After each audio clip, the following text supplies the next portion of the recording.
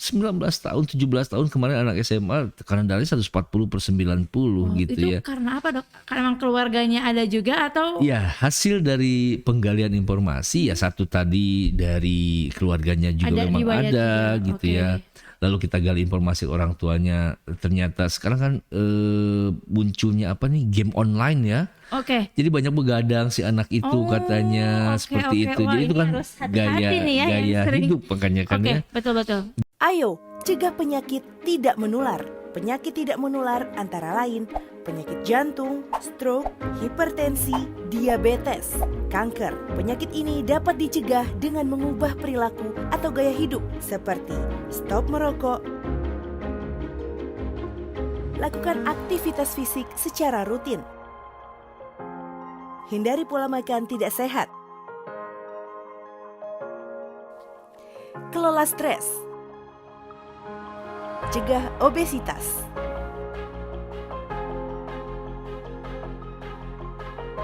Menerapkan perilaku hidup bersih dan sehat. Lakukan deteksi dini PTM secara berkala. Ukur tekanan darah, ukur gula darah, dan jaga berat badan ideal. Jangan tunda. Ayo hidup sehat. Ubah perilaku untuk cegah PTM. Ya, assalamualaikum warahmatullahi wabarakatuh. Apa kabar sahabat Ruang Publik Radar Tasikmalaya Koran? Berjumpa lagi di podcast kita. Hari ini kita kedatangan tamu yang luar biasa, yang sangat spesial. Oke, dan pada kesempatan hari ini bersama dengan Dr. Asep kita akan membahas terkait dengan peringatan Hari Hipertensi Sedunia tahun 2022 yang jatuh pada tanggal 17 Mei. Nah, tema hipertensi atau Hari Hipertensi Sedunia tahun ini adalah cegah dan kendalikan hipertensi untuk hidup sehat lebih lama. Nah, hipertensi ini memang menjadi penyakit yang sudah tidak asing mungkinnya di masyarakat. Namun masih banyak nih masyarakat yang masih belum paham atau belum mengerti betul nih seperti apa sih hipertensi dan bagaimana dampak atau bagaimana bahayanya. Oleh karena itu mangga Dr. Asep silakan boleh dijelaskan dokter terkait dengan apa itu hipertensi dok dan seperti apa dan bagaimananya, silahkan dok. Ini adalah suatu kondisi di mana tekanan darah itu melebihi batas normal ya. Batas disebut dengan darah tinggi itu bila mana tekanan darah sistolnya itu 140 dan diastolnya itu 90 ya. Milimeter Hg. Nah, ini batas yang kita sebut dengan hipertensi. Seseorang itu menderita hipertensi. Hipertensi atau tekanan darah tinggi adalah keadaan tekanan darah sistolik lebih dari 140 mm merkuri atau tekanan darah diastolik lebih dari 90 mm merkuri. Tekanan darah sistolik adalah jumlah yang diukur dalam setiap detak ketika jantung berkontraksi dan mendorong darah melalui arteri ke seluruh tubuh. Angka tekanan darah sistolik yang normal adalah sekitar 120 mm merkuri. Sedangkan tekanan darah diastolik adalah tekanan darah di dalam arteri saat jantung sedang tidak berdegup. Angka tekanan darah diastolik yang normal adalah 80 mm merkuri. Secara global, 1 miliar orang di dunia memiliki hipertensi. 2/3 diantaranya tinggal di negara berkembang dengan prevalensi yang terus meningkat tajam.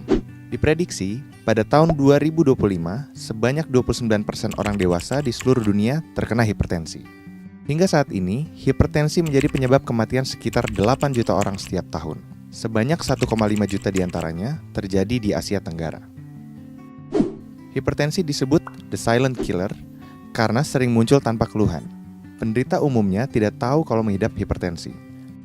Hanya 1/3 penderita hipertensi yang terdiagnosis oleh tenaga kesehatan, dan ironinya hanya 0,7% yang minum obat secara rutin. Ada 2 faktor risiko hipertensi. Yang pertama adalah faktor yang melekat pada penderita seperti umur, jenis kelamin, dan genetik. Faktor kedua adalah faktor yang diakibatkan oleh perilaku hidup tidak sehat seperti merokok, konsumsi garam berlebih, berat badan berlebih atau kegemukan, diet rendah serat, kurang aktivitas fisik, konsumsi alkohol, dan stres. Hipertensi bisa dicegah dengan melakukan pola hidup sehat yang dianjurkan seperti memenuhi gizi seimbang dan membatasi gula, garam, serta lemak, mempertahankan berat badan dan lingkar pinggang ideal, yaitu pria kurang dari 90 cm dan wanita kurang dari 80 cm. Olahraga teratur, stop merokok, hindari konsumsi alkohol, konsumsi obat secara teratur karena penderita hipertensi membutuhkan pengobatan yang lama dan terus-menerus sepanjang hidup, ukur kadar gula darah, tekanan darah, dan periksa urin secara teratur. Tekanan darah yang diperiksa harus dicatat sehingga dapat dimonitor dengan ketat. Tidak semua penderita hipertensi mengenali atau merasakan keluhan maupun gejala. Namun biasanya, keluhan berikut yang dirasakan: sakit kepala, gelisah, jantung berdebar, penglihatan kabur, rasa sakit di dada, dan mudah lelah. Mengapa hipertensi berbahaya? Karena jika tidak dikontrol, hipertensi dapat menyebabkan terjadinya komplikasi seperti penyakit jantung, stroke, kerusakan ginjal, kerusakan retina, penyakit pembuluh darah tepi, gangguan saraf, dan gangguan otak. Setiap orang harus memeriksa tekanan darah secara rutin. Jika tekanan darahnya tinggi, segera konsultasi dengan tenaga kesehatan untuk mendapatkan penanganan lebih lanjut. Sebagian penyandang hipertensi dapat mengontrol tekanan darahnya dengan melakukan perubahan gaya hidup saja. Namun, sebagian lainnya memerlukan tambahan obat.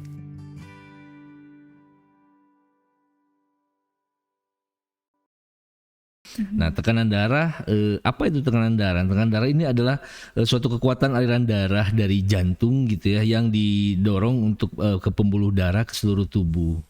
Nah, ini ada dua angka. Yang pertama tadi saya sebutkan angka 140, itu artinya sistolnya, di mana itu adalah jantung memompakan darahnya, itu tekanan yang pertama. Yang kedua adalah diastol, itu batasnya adalah 90. Itu menandakan bagaimana darah itu kembali mengisi bilik-bilik di jantung untuk nanti akan dipompakan kembali ke seluruh tubuh. Oke. Ya. Jadi memang maksimalnya 140 ya dok untuk darah normal. Untuk darah normal itu 120 per 80 ya. Nah, 140 per 90 tadi adalah batas kita katakan seseorang itu menderita tekanan darah tinggi atau hipertensi. Seperti itu. Oke.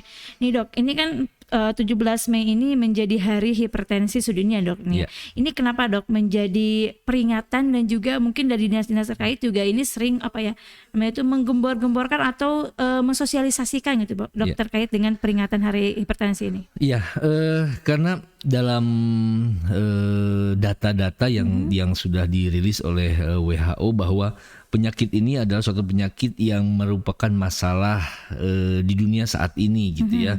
Dan bahkan menurut data WHO sendiri ada 972 juta ya, atau sekitar 26,4% masyarakat di dunia ini itu menderita hipertensi gitu luar ya. biasa, Ini ya. data yang dirilis oleh Badan Kesehatan Dunia atau WHO ya, dan semakin lama angkanya terus semakin meningkat. Semakin meningkat, Ya. oke. Angka kesakitannya meningkat, ya artinya morbiditasnya meningkat, dan angka kematian atau mortalitas dari penyakit ini pun meningkat juga, termasuk di Indonesia seperti itu. Sehingga kita melalui hari hipertensi sedunia ini ingin mengingatkan kembali, merefresh kembali bahwa yuk kita cegah gitu, yuk kita kendalikan ya tekanan darah tinggi ini. Agar yang menderita itu bisa hidup sehat lebih lama gitu, sesuai dengan tema tahun ini. Luar biasa, siap. Jadi memang tadi ada angka kesakitannya dok, angka kesakitan meningkat. Nah ini juga yang menjadi angka kematian atau mortalitas juga meningkat. Betul. Ini sebabnya apa nih dok? Iya, sebabnya karena memang peningkatan ini dipengaruhi oleh beberapa faktor ya, seperti itu. Tapi memang data-datanya bahwa di dalam riset kesehatan nasional juga ya, bahwa dari 2003 sampai 2018 angka ini terus mengalami peningkatan yang signifikan. Bahkan Jawa Barat sendiri menurut sesuai dengan data yang sudah dirilis dari kementerian itu, kita itu adalah Jawa Barat itu urutan kedua di Indonesia yang menderita hipertensi dengan prevalensinya hampir nyaris 40% ya, 39,6%. Artinya dari 10 orang itu 4 orang itu menderita hipertensi seperti itu. Nah, angka-angka ini pun selaras juga di Kota Tasikmalaya bahwa peningkatan itu sangat terasa sekali, dan angka prevalensinya sendiri itu hampir nyaris sama Jawa Barat dengan Kota Tasikmalaya itu sekitar 41% berdasarkan tekanan darah ya, atau 10% berdasarkan diagnosa dokter gitu ya. Jadi ada beberapa yang punya alat sendiri meriksa, oh saya tekanan darahnya tinggi. Ada yang memang berobat ke dokter dan sudah didiagnosa oleh dokter, oh bapak ibu ini menderita darah tinggi. Seperti itu. Nih dok, kalau tadi pakai alat sendiri dok, itu bisa akurat atau enggak sih dok kalau pakai alat sendiri? Misalnya di rumah bukan ahli medis, misalkan kita punya alat sendiri, itu masih bisa termasuk akurat atau enggak tuh dok? Ya memang pemerintah kita gitu ya sudah mencanangkan untuk memeriksakan cek tekanan darah sendiri di rumah gitu ya. Nah ada alat-alatnya yang sudah sekarang ada digital gitu ya. Betul. Itu ada aturan-aturan mainnya. Nah aturan itu harus kita kita ikutin agar tekanan darah itu kita bisa menjadi patokan yang sebenarnya segini, karena berubah sedikit saja posisi kita saat cek itu tensinya juga akan berubah karena dia sensitif gitu ya. Berbeda dia dengan diperiksa oleh perawat, bidan, dokter karena dia kita mendengarkan manual, kita mendengarkan menggunakan stetoskop gitu ya di nadi yang sudah ditentukan. Kalau digital ya dia lebih kepada sensor dari kesensitifan itu alat gitu ya. Karena itu dipengaruhi oleh posisi, dipengaruhi oleh setelah kita aktivitas atau tidak. Jadi ada hal-hal yang harus diikutin gitu ya. Untuk mengecek tekanan darah sendiri di rumah menggunakan alat digital. Jadi memang seharusnya atau sebaiknya mending ke tenaga medis langsung saja gitu ya, ke fasilitas medis saja biar lebih akurat gitu. Lebih akurat, betul. Dok tadi dok nih, ini seharusnya memang darah normal untuk tekanan darah yang normal itu seharusnya itu 120 gitu. Iya betul, 120. Jadi kalau misalkan melebihi dari itu termasuknya kategorinya hipertensi. Iya, nanti kita ada sebut dia prahipertensi ya. Artinya tadi normal itu 120, terus tinggi itu 140 misalnya di diastol. Nah, di range itu misalnya nanti dia ada di angka misalnya di angka 139, 130. Nah, ini kita sudah agak warning dan kita berikan notifikasi ini prahipertensi gitu ya. Kalau tidak ada diambil langkah-langkah untuk mencegah dia hipertensi, nanti dia akan menjadi hipertensi yang nyata gitu ya. Sehingga kenapa minimal sebulan sekali kita cek tekanan darah supaya kita bisa tahu berapa sih satu bulan sekali dok? Iya minimalnya seperti itu, 1 bulan 1 kali. Iya. Dicek apakah tensi darah kita normal atau melebihi batas normal gitu dok. Betul. Ya. Baik. Ini dok, ciri-ciri atau gejala seseorang menderita hipertensi itu seperti apa nih dok? Ya ini yang jadi problem saat ini ya, karena beberapa pasien-pasien kita juga atau di tengah masyarakat itu dia tidak mempunyai gejala yang khas. Maka dari itu hipertensi itu disebut dengan pembunuh berdarah dingin gitu ya. Jadi dia silent killer. Jadi seseorang punya darah tinggi, dia nggak sadar bahwa darah dia tinggi, dia nggak merasa pusing segala macamnya, tiba-tiba mortalitas atau dia mengalami kematian akibat komplikasi dari tekanan darah tinggi tersebut gitu. Nah, iya jadi darah tinggi ini bisa memicu kepada stroke gitu ya, bisa memicu kepada serangan jantung, bisa memicu kepada peredaran oksigen ke ujung-ujung saraf kita gitu. Itu kan jadi jelek gitu ya. Nah, itu yang yang dikeluhkan oleh masyarakat tidak ada yang spesifik gitu ya. Tapi sebagian besar sepakat bahwa gejalanya ada sakit kepala, pusing ada gitu dok ya. Itu memang beberapa pasien atau masyarakat mengeluh seperti itu ya, atau jantung berdebar-debar atau ada rasa sakit. Tapi ini memang tidak spesifik ya, tidak menyatakan sakit kepala pasti tensi tinggi. Ada beberapa juga orang sakit kepala tapi tensinya normal, gitu ya. Jadi maksudnya jangan dibalik gitu. Jadi istilahnya tidak ada gejala spesifik ya. Bahkan dia kebanyakan tidak bergejala, makanya disebut dengan silent killer gitu. Dan kita harus tetap melaksanakan pemeriksaan rutin tadi. Rutin tadi gitu. 1 bulan 1 kali minimalnya gitu. Siap. Untuk mungkin mengontrol apakah kita tensinya normal atau lebih dari normal gitu ya. Betul. Luar biasa. Dok, ini apa aja nih dok yang menjadi tadi komplikasi dari darah tinggi nih dok? Karena kan tadi gejalanya tidak semua dapat dirasakan mungkin dok ya, tapi berbeda-beda, tidak ada yang pasti. Ini komplikasinya seperti apa nih dok dari darah tinggi ini? Iya, seseorang yang sudah menderita darah tinggi yang tidak terkontrol gitu ya, yang paling sering itu adalah efeknya kepada jantung ya. Karena kan tekanan darah tinggi itu melibatkan organ jantung itu sendiri gitu ya. Bisa dia serangan jantung gitu ya. Tadi yang kita katakan berdebar-debar gitu ya. Nah, itu kan berarti kan kebayang lah sekarang harusnya 120 dia 140. Seperti halnya kita naik kendaraan bermotor aja. Naik 120 sama kecepatan 140 kan rasanya berbeda gitu ya. Itu pun yang terjadi di detak jantung kita. Otomatis jantung menjadi organ pertama. Lalu yang kedua karena itu tadi penjelasan saya juga dia menekan darah untuk diedarkan ke pembuluh darah. Pembuluh darah adalah target organ kedua. Kalau nggak kuat ya pada lansia bisa terjadi stroke. Pecah pembuluh darah atau ada sumbatan dan segala macamnya. Lalu darah juga nanti masuk ke ginjal dan ginjalnya juga bisa rusak. Beberapa juga bisa mengalami kebutaan, gangguan penglihatan dikarenakan pembuluh darah kecil terutama di retina itu mengalami kerusakan gitu ya, sehingga setelah diperiksa oleh dokter mata, ini ada tanda-tanda khusus dikarenakan Jadi ada beberapa pasien itu yang ketemunya bukan oleh dokter mata gitu ya. Ada spesifik di matanya itu ada tanda-tanda khusus lah gitu ya. Oleh dokter mata bisa mengetahui begitu dilihat, ini darah tinggi ya? Enggak percaya pas dicek, ya memang darah tinggi gitu. Jadi ya. memang tidak semuanya mungkin karena tadi gejalanya tidak mungkin sama dengan penyakit yang lain, jadi ketahuannya ketika misalkan lebih spesifik sedang periksa gitu. Mata gitu sedang periksa penyakit dalam ginjalnya rusak segala macam, ternyata hipertensi gitu kan ya. Keluhannya sebenarnya bukan itu, tetapi karena dia memeriksakan ketemu gitu kan, ketahuan seperti itu. Siap, luar biasa.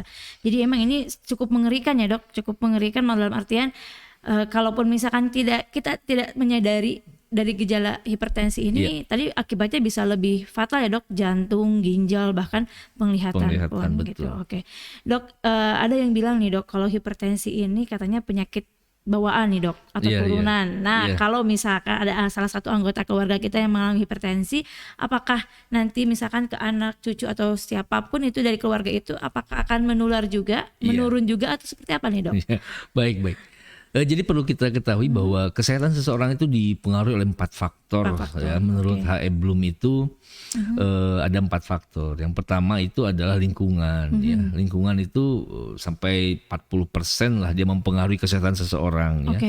Yang kedua perilaku. Ya, perilaku itu 30%. Lalu ada fasilitas kesehatan, itu menentukan derajat kesehatan seseorang itu sekitar 20%. Yang terakhir adalah herediter atau genetik gitu ya. Ya, nah bila mana orang tua itu memiliki hipertensi, secara 4 hal tadi karena ada genetik gitu, itu anaknya bisa saja dia menderita hipertensi. Tapi jangan lupa bahwa hipertensi itu atau genetik itu hanya 5% membuat seseorang itu sakit gitu ya. Sehingga 30%-nya nanti diperoleh oleh perilaku. Nah, dalam hal ini bagaimana kita bila mana kita mengetahui orang tua, kakek saya, ibu bapak saya hipertensi. Kita sebagai misal keturunan anak atau cucunya, ya kita harus mengikuti pola hidup yang sehat. Nah, itu yang paling pentingnya. Walaupun kita punya genetik, minimal dia tidak datang di usia-usia produktif gitu. Betul. Ya. Sehingga kita bisa mendelay dia gitu ya, karena walau bagaimanapun genetik diturunkan melalui gen si ayah dan si ibu gitu. Dia bisa memang betul sakit, tapi perilaku itu 30%. 30%. Gitu. Jadi memang ini mungkin tidak menjadi kabar baik nih dok. Mungkin bagi keluarga memang di atasnya ada yang punya riwayat hipertensi, belum tentu ya dok ke anak-anaknya pun ada turunan. Tadi tetap lingkungan dan mungkin gaya hidup juga mempengaruhi perilaku hidupnya mempengaruhi kepada kualitas kesehatan. Walaupun secara genetiknya dia punya gen pembawa. Ada kemungkinan dia. Iya, betul. Oke. Tapi masih tetap bisa terkontrol ya dok, masih bisa dicegah gitu dok? Masih bisa dicegah. Oke. Apa nih dok anjuran mungkin gaya hidup sehat seperti apa nih dok yang dianjurkan oleh pemerintah sehingga tadi mungkin bisa mengantisipasi ya dok.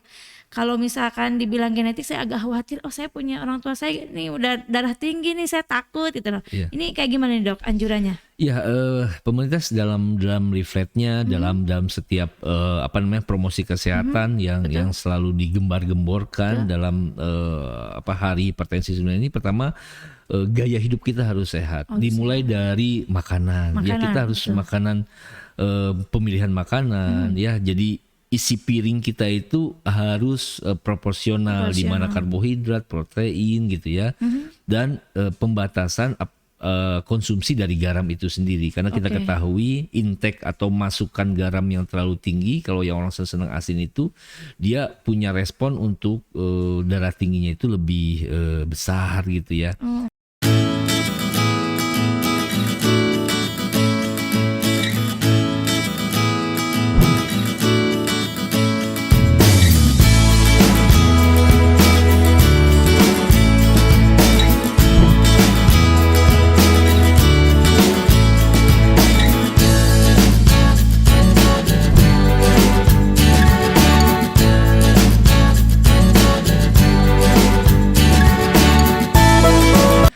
Terus kegiatan fisik, olahraga itu disarankan banget gitu ya. Karena semakin kita banyak diam, itu kan juga akan menimbulkan resiko untuk tekanan darah tinggi lebih ini. Nanti kaitannya lagi dengan berat badan. Gitu. Kalau seseorang itu aktivitasnya bagus, olahraga teratur, otomatis dia atletis ya, artinya lingkar perutnya gitu ya, lingkar panggulnya itu ideal lah gitu ya, sehingga kemungkinan untuk darah tingginya juga tidak terlalu tinggi. Lalu stres juga pengaruh, dan jangan lupa merokok ya. Nah ini ini besar kita, tantangan besar kita adalah bagaimana rokok ini juga bisa berdampak kepada peningkatan tekanan darah tinggi. Oke. Dok, tadi kan ada nih dok, mengelola stres juga ya. Kemudian tadi mengurangi konsumsi garam. Betul. Nah ini harus berapa banyak nih dok konsumsi garam yang setiap harinya? Iya. Karena kan kalau yang suka asin biasanya kan lebih banyak gitu dok konsumsi garamnya ya dok. Iya betul. Jadi maksimal itu dalam satu hari ya. Dalam satu hari itu dia 5 gram gitu ya. 5 gram dalam satu hari. Berarti itu udah itu nggak boleh kalau dia banget sudah makan makan, iya.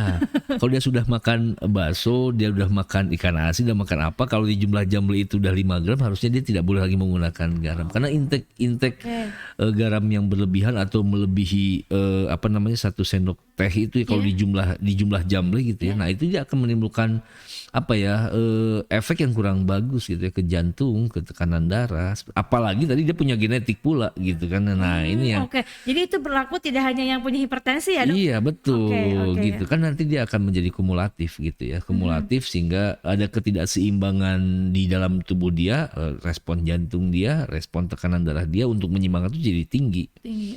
Seperti itu. Tambah lagi sudah makan, tidak aktivitas, tidak olahraga, sudah numpuk semua. Hardoli gitu dok ya. Itu jadi kayak aktivitas fisiknya kurang, tadi makanannya pun tidak terkendali, itu juga bisa berdampak ya dok. Ini kalau tadi dokter bilang nih dok, berat badan juga mempengaruhi. Artinya maksudnya apakah memang yang menderita hipertensi ini selalu kelebihan berat badan atau seperti apa nih dok? Iya, kalau hubungan dengan berat badan nanti kita mengkomparasikannya dengan indeks massa tubuh gitu ya. Kalau indeks massa tubuh orang berlebih, otomatis di sana ada penimbunan, di sana ada perlemakan dan segala macamnya, dan itu dia akan juga berdampak kepada tekanan darah tingginya akan meningkat gitu ya.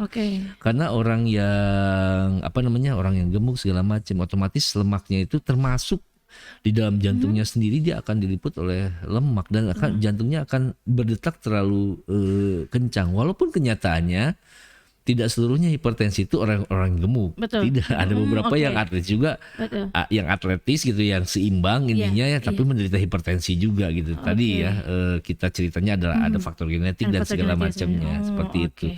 Tapi dengan kita menjaga indeks massa tubuh yang ideal gitu ya, beban atau resiko kita sudah meminimalisir gitu, betul. seperti itu. Berkurang gitu ya. Betul. Oke, siap.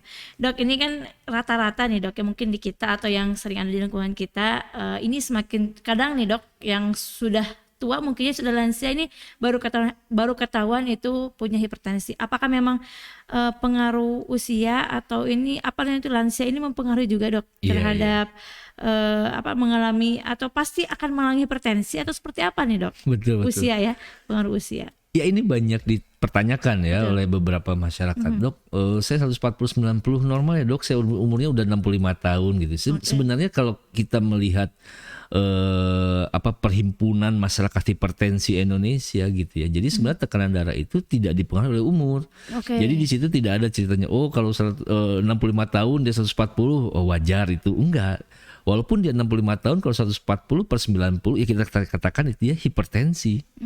Gitu. Jadi walaupun kenyataannya bertambah usia itu tekanan darah memang cenderung meningkat gitu. Bisa dipahami kenapa ya pembuluh darahnya sudah mulai kaku ya, detak jantungnya dan segala macamnya. Tetapi kalau dia menginjak ke 140/90 ya, dan dia berobat dan dia memeriksakan ke puskesmas, ke klinik, ke dokter, ya kita selalu mendiagnosanya ibu tekanan darah tinggi. Kita tidak mengatakan bahwa ini nggak apa-apa bu, ibu kan udah 65 tahun, wajar. Kita tidak. Bila mana dia melebihi dari batas normal, kita katakan bahwa orang tersebut menderita tekanan darah tinggi gitu ya. Memang kenyataannya memang ada peningkatan ya.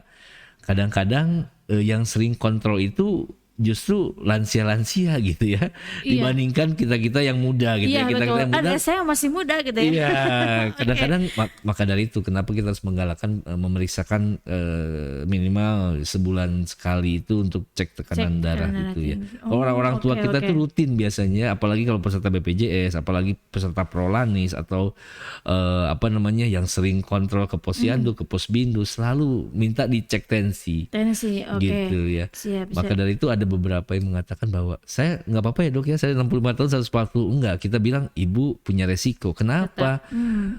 Pembuluh darah yang mengeras dan segala macamnya, kalau tekanan terlalu tinggi bisa pecah stroke, komplikasi yang muncul. Makanya kenapa mortalitasnya meningkat gitu. Kita harus turunkan, kita harus beri obat dia.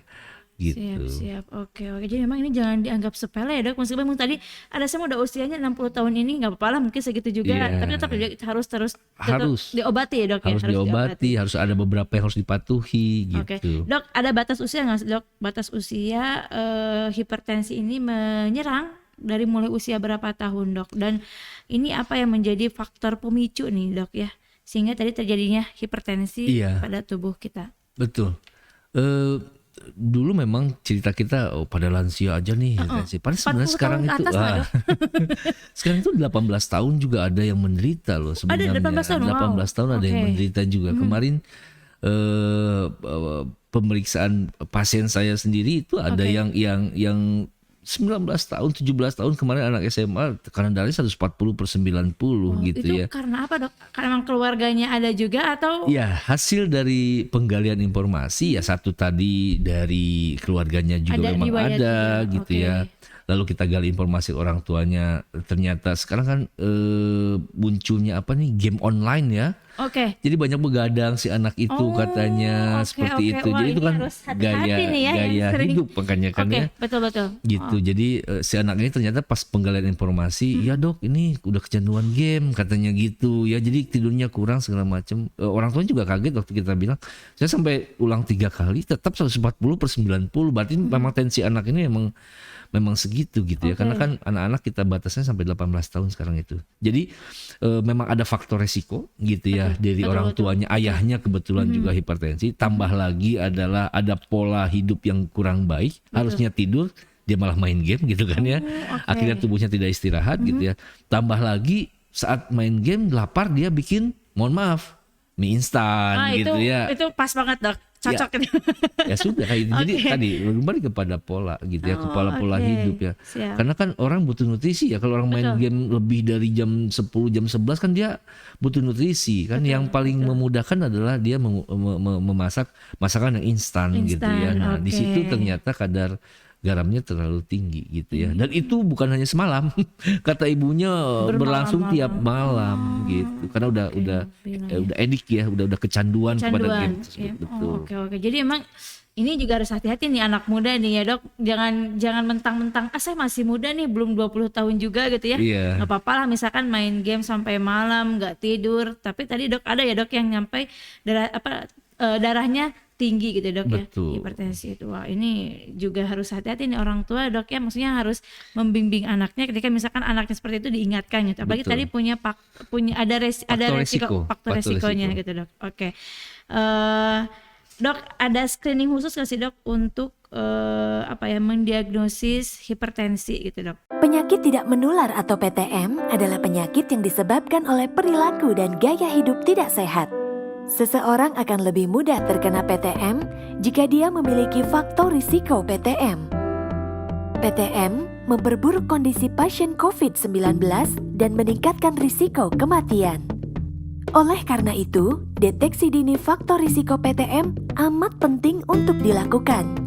Dengan melakukan deteksi dini, seseorang yang memiliki faktor risiko PTM akan dapat mencegah dirinya terkena PTM. Dan orang yang sudah menyandang PTM dapat mengendalikan penyakitnya dengan melakukan patuh. Deteksi dini faktor risiko PTM dilakukan di pos binaan terpadu atau posbindu PTM dan fasilitas pelayanan kesehatan. Posbindu PTM dapat diselenggarakan oleh berbagai lembaga atau organisasi di mana masyarakat berkumpul dan beraktivitas secara rutin.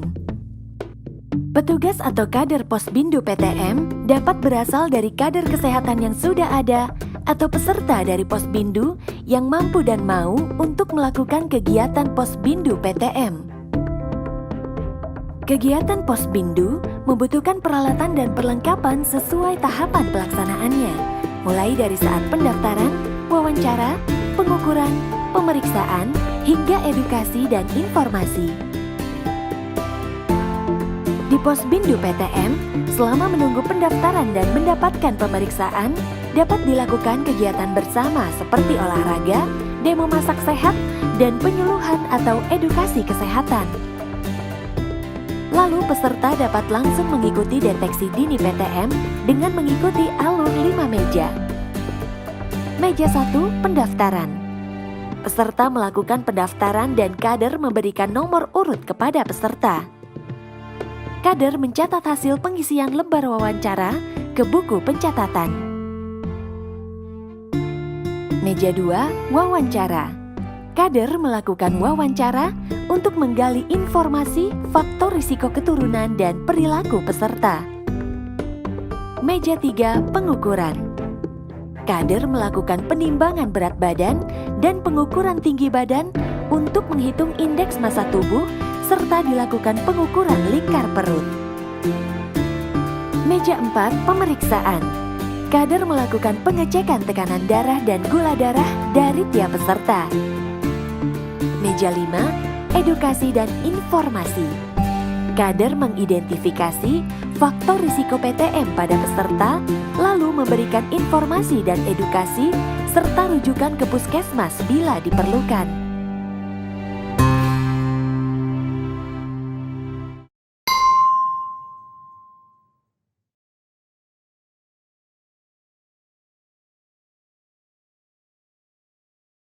Iya. Untuk screening atau pemeriksaan hipertensi itu hanya dengan cara memeriksakan tekanan darah ya. Betul. Dengan alat tekanan darah, baik itu yang manual ataupun itu yang digital gitu ya. Oke. Nah, kita sarankan di masyarakat sekarang sudah ada posbindu gitu ya. Betul. Tapi beberapa ini juga ada bisa mengakses puskesmas atau klinik atau fasilitas kesehatan di mana di sana ada pemeriksaan tekanan darah. Jadi screeningnya memang harus diperiksa. Bukan melalui pemeriksaan laboratorium, bukan melalui pemeriksaan segala macam, tapi dia memang harus dicek tekanan darahnya gitu. Bila mana lebih dari 140/90, berapapun umurnya, kita nyatakan bahwa yang bersangkutan tekanan darah tinggi. Oke, jadi emang mudah ya dok, maksudnya mudah untuk mendiagnosisnya, nggak mesti harus cek lab dan lain-lain Iya ya dok betul, ya. Oke. relatif lebih murah, lebih Betul. gampang dan tidak harus lama-lama gitu ya. Oke, siap. Dok, ini upaya apa nih dok yang harus dilakukan ketika misalkan kita sudah didiagnosis nih menderita hipertensi nih dok ya, supaya tidak terjadi komplikasi, apa yang harus kita lakukan gitu dok? Iya. Tadi sudah kita katakan bahwa komplikasinya banyak ya, mulai Banyak, dari betul, mata, bisa stroke, bisa jantung Jantung juga, bisa ginjal perifer juga ya, juga, dokter ya? ginjal Betul. juga segala macam. Nah, terus gimana nih kalau kita sudah terdiagnosa dengan hipertensi? Yang pertama kita harus patuh ya. Patuh. Dalam hal ini Oke. patuh terhadap gaya hidup, pola makan, segala macam ya. Dan patuh ini adalah akronim sebenarnya, singkatan. P-nya itu adalah periksa kesehatan secara rutin. Oke. Artinya memang harus continue, nggak Oh, bisa. PAP ini singkatannya dok? Iya. Oke. Patuh ini singkatan. Jadi Siap. patuh ini adalah memang harus mematuhi Betul. kaitan dengan makanan, olahraga gitu ya, dengan merokoknya, dengan dietnya, dengan stresnya, ya Oke. berat badannya harus itu harus patuh gitu ya. Oke. Yang pertama, patuh ini juga akronim singkatan ya. P-nya itu periksa secara rutin gitu ya, dan ikuti semua anjuran dokter gitu ya. Terus yang kedua, atasi penyakit yang diderita ini, hipertensi ini dengan pengobatan yang tepat dan teratur gitu ya. Oke. Dan dia nggak bisa sakit kepala minum tekanan darah, nggak bisa. Jadi kerasa tidak kerasa, gejala atau tidak, obat darah tinggi harus diminum secara teratur. Oke. Seperti itu ya. oke, Jadi oke. atasi penyakit ini secara teratur, lalu tetap diet gizi seimbang. Nah, hati-hati jangan terlalu banyak makanan sehingga dietnya harus seimbang. U-nya itu upayakan aktivitas fisik minimal jalan kaki. Minimal jalan kaki. Berapa menit dalam sehari dok minimalnya? Kalau di dalam aturan itu seminggu dia 3 kali, 3 kali, dalam sekali oke. pelaksanaan itu 30 menit minimal. 30 menit minimal. Idealnya memang 1 jam ya, tapi seminggu 3 kali, paling rendahnya 30 menit. Itu sudah upaya aktivitas fisik yang aman. Yang terakhir adalah haknya itu adalah hindari asap rokok gitu ya, dan zat-zat yang lainnya yang mengandung karsinogenik ya dalam hal ini ya gitu ya, termasuk sekarang ada rokok elektrik ya. Nah, itu juga sama dok? itu juga dihindarin sebenarnya ya, dihindari. oke. Beberapa saat yang lalu kita ada penjelasan bahwa rokok elektrik juga mempunyai dampak ya, mempunyai Oke. dampak, betul. Satu lagi dok, ada rokok herbal dok. Nah itu gimana dok?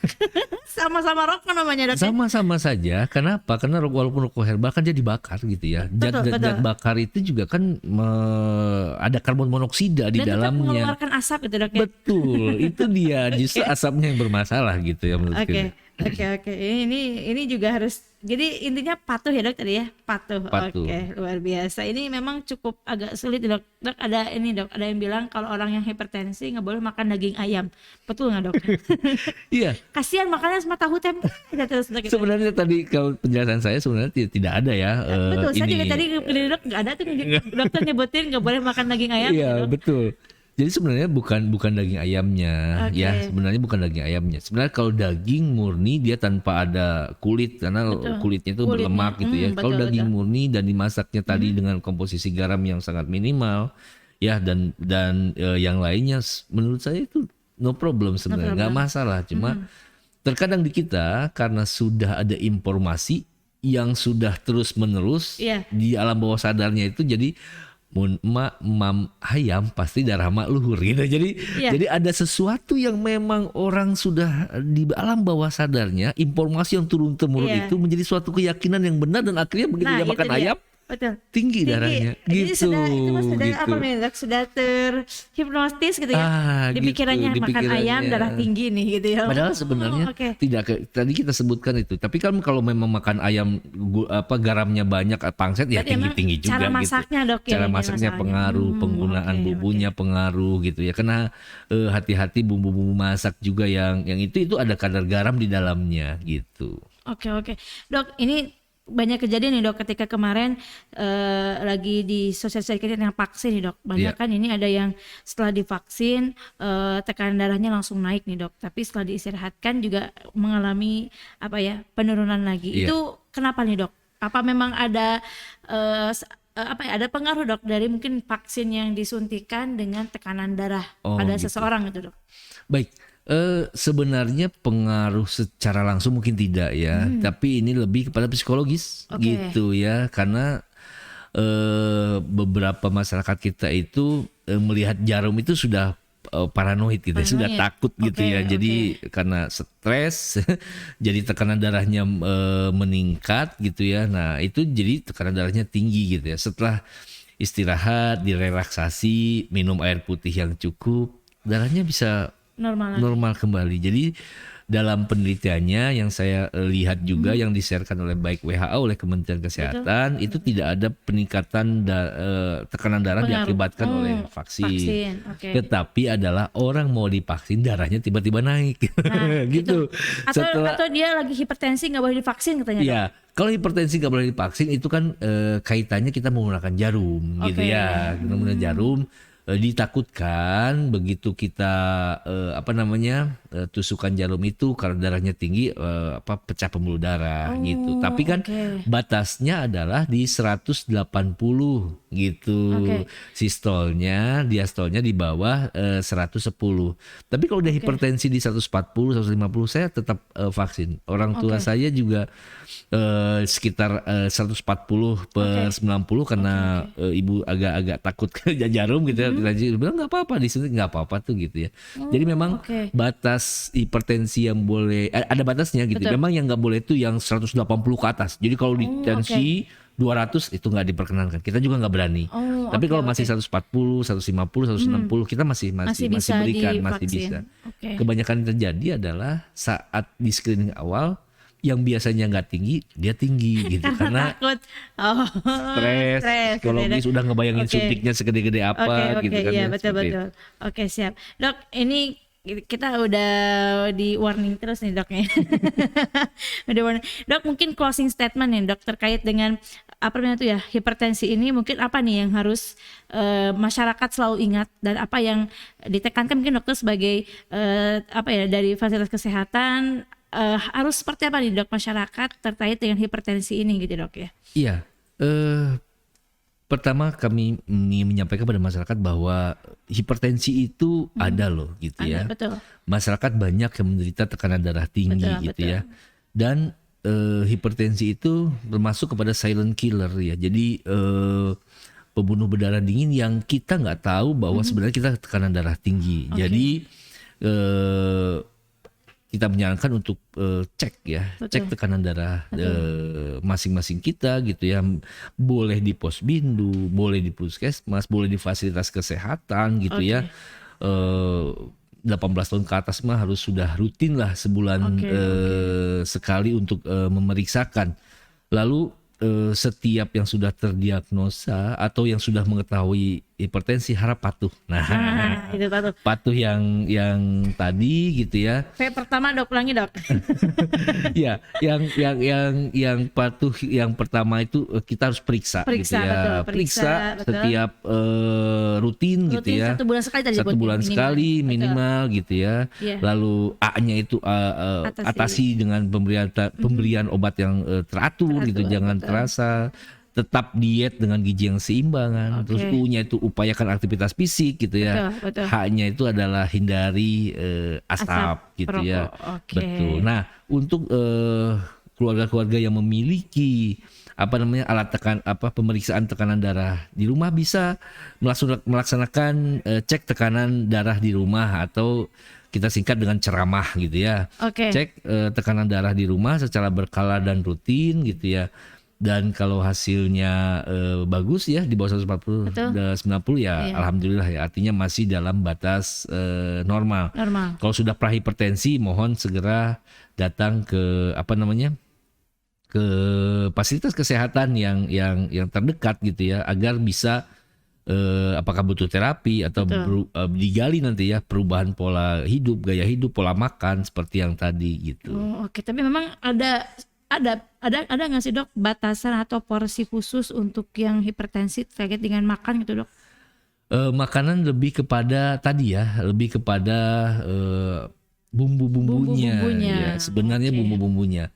Kenapa kita bilang tadi seimbang ya, agar yang kita konsumsi itu sesuai dengan aktivitas kegunaan kita, sehingga kegunaannya. kita tidak ada penumpukan, tidak ada kegemukan gitu ya. Betul. Kan nanti ada resikonya juga gitu. Ada resikonya juga ke dalam hipertensi, dan hipertensi ini masuk ke dalam penyakit tidak menular. Jadi dia tidak ditularkan dari orang tua kepada anak, tidak seperti itu, tapi dia bisa diturunkan secara genetik atau pola atau gaya hidup yang kurang tepat gitu ya. Oke, tapi mungkin tadi sedikit ya dok, hanya 5% ya dok kalau dari genetik. Betul. Oke, tetap faktor pendukung lainnya yang memang cukup besar. Oke, luar biasa dokter. Terima kasih banyak nih dok untuk informasi ini luar biasa, ini sangat sangat bermanfaat sekali dok. Ini juga masih banyak kayak pertanyaan yang mau diajukan. Mudah-mudahan nanti ada sesi selanjutnya untuk nanti konsultasi kembali dok ya terkait dengan hipertensi ini. Dan memang ini 17 Mei ini menjadi sebagai pengingat mungkin dok ya untuk kita semua masyarakat Indonesia, khususnya mungkin juga Kota Tasikmalaya terkait dengan bahayanya hipertensi ya dok. Jadi memang jangan dianggap sepele. Betul ya. Dan mungkin juga jangan terlalu takut juga dok ya. Asalkan kita tadi patuh ya dok. Patuh. Oke, luar biasa. Terima kasih Dokter Asep yang hari ini sudah berbagi informasi, ini sangat informatif sekali, sangat mengedukasi kita sehingga kita mungkin bisa meningkatkan kualitas hidup kita menjadi lebih sehat ya dok. Baik, terima kasih dan juga mohon maaf apabila banyak kesalahan. Wassalamualaikum warahmatullahi wabarakatuh. Waalaikumsalam warahmatullahi wabarakatuh.